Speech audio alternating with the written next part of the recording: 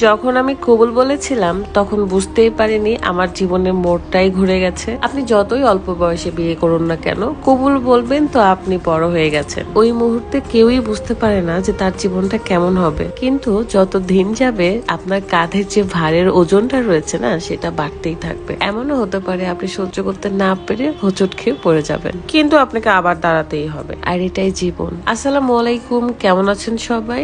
আমি এসেছি ঢাকা শহরে। ঢাকা শহরে আসলে যেন দমটা বন্ধ বন্ধ লাগে, কারণ এখানকার মানুষ এতটাই ব্যস্ত, কেউ কারো দিকে তাকাই না পর্যন্ত। আর রাস্তাঘাটের কথা কি বলবো, বের হওয়া যায় না, এত জ্যাম। ঢাকা শহরে আপনি হয়তো অনেক টাকা কামাতে পারবেন, বাট কোনো সুখ পাবেন না। আর এই কারণে তো বলা হয় যে টাকা কখনো সুখ এনে দিতে পারে না।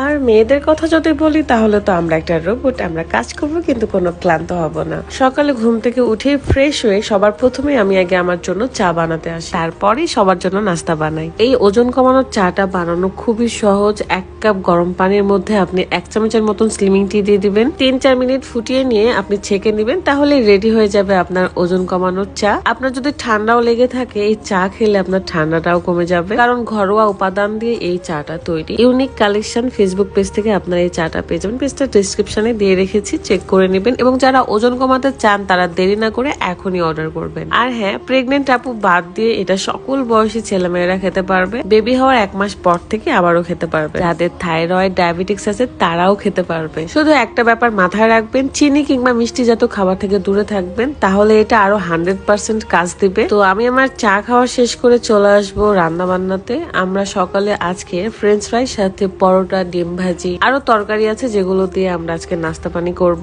যদিও বা আমি যে চাটা খাই সেটার জন্য আমার কোনো ক্ষুধাই পায় না সকালবেলা, কারণ এই চাটা খেলে খাওয়ার রুচিটা কমে আসে। আমরা আর কয়েকদিনের মধ্যে খুলনা যাব, আর সেখানে গিয়ে কিন্তু আপনাদের সাথে দেখা হয়ে যাবে।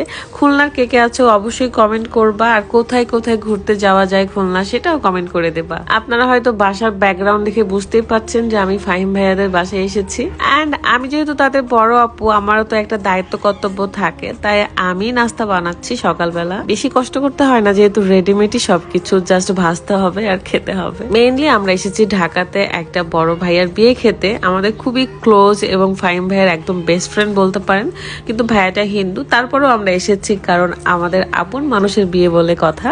ট্রাই করব বিয়ে যদি শুট করি তাহলে টুকটাক আপনাদের সাথে শেয়ার করা। আচ্ছা, আপনাদের ডিম পোস্ট ভালো লাগে নাকি ডিম ভাজি ভালো লাগে? আমার তো ভাত মাখানোর সাথে ডিম ভাজি ভালো লাগে, আর রুটি বা পরোটার সাথে ডিম পোস্ট ভালো লাগে। তাও আবার ডিম পোস্টটা হতে হবে একদম মচমচে।